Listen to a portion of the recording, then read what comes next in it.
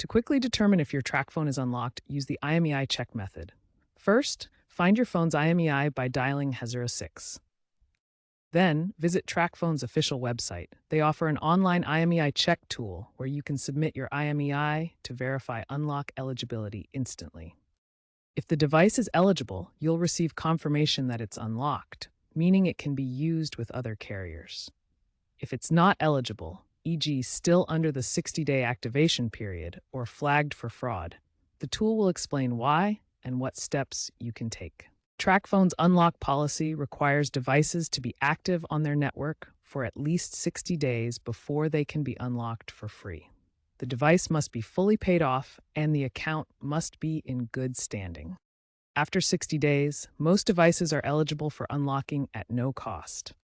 Check Tracfone's website or contact customer support to initiate the unlock process.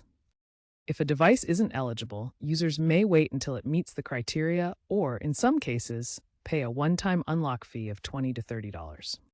Newer eSIM-compatible phones offer simpler, software-based unlocking. Be wary of unauthorized third-party unlocking services, as they may void your warranty or cause device issues.